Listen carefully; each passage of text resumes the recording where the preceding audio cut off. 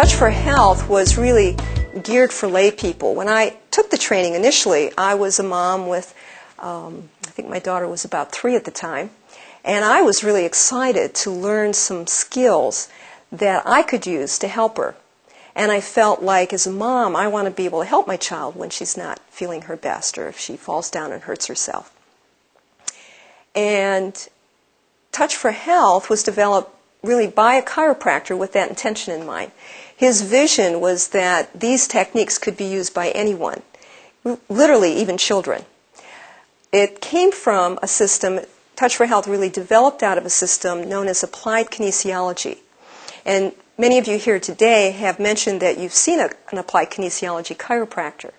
Applied kinesiology was developed back in the 1960s by Dr. George Goodhart. He was a chiropractor who just really by chance, by coincidence, was using manual muscle testing as a way of assessing. He would be testing a muscle, find it weak, and then occasionally he found that if he rubbed some tender points on the patient, he'd go back and the muscle would be strong.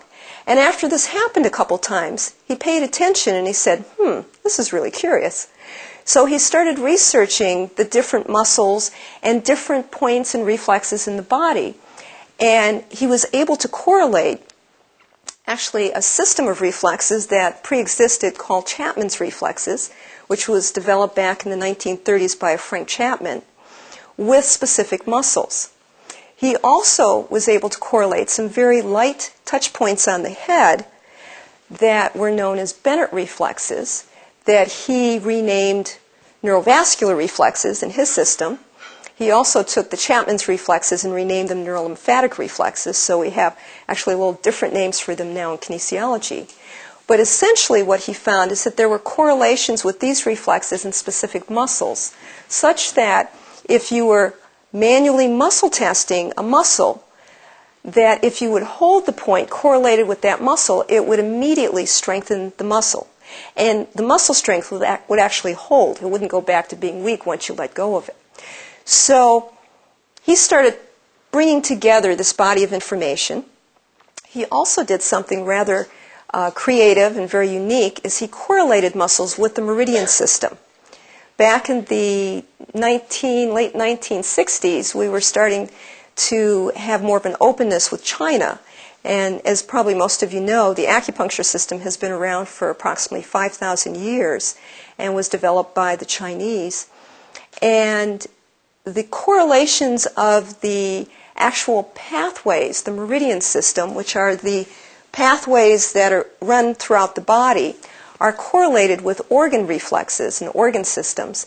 But he found that there was also an association with muscles, such that if there was a blockage in the flow of the meridian energy, it would affect subsequently the strength of the muscle.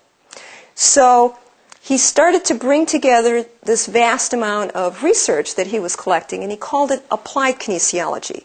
It wasn't just about pushing on muscles and using the movement of the body, but actually applying all this knowledge in a very functional way to help muscles to really correct and to get stronger when they were weak. Now in Touch for Health, we generally like to use the words and terminology of lock and unlock because most people don't want to hear that they have a weak muscle. And maybe technically it isn't weak, it's just that the energy to that muscle is being blocked.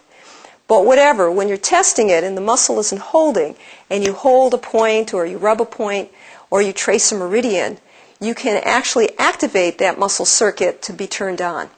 And it's pretty amazing. When people first experience it, they have sort of an amazing experience of feeling that in their body.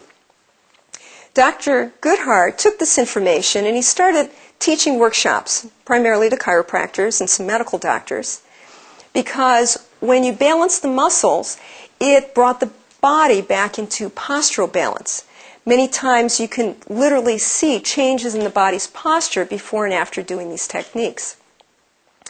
And he came from the position in kinesiology that muscles work as a team. They work what we call synergistically. When one muscle is contracting, the opposing muscle has to relax, and that's how the body moves. Whenever a person has a tight muscle, Usually that's the muscle that most massage therapists and people put their focus on because that's where they feel the tension or the pain. For instance, runners often get hamstring cramps. And a lot of people assume that the hamstring is the problem.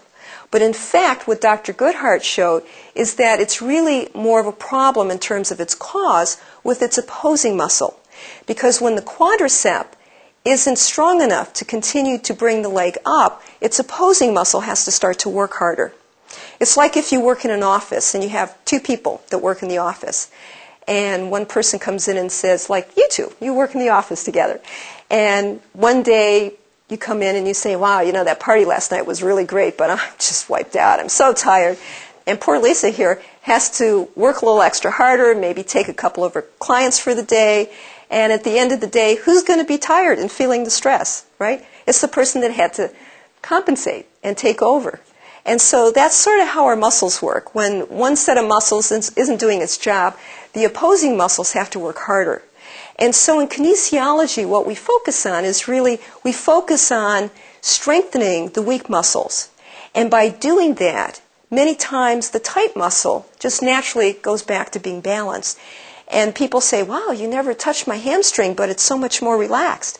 Whereas all we did was strengthen the quadriceps. So that's what we call the opposing muscle theory in kinesiology. We look at what is the opposing muscle and strengthen that. And that many times will bring the body back into balance.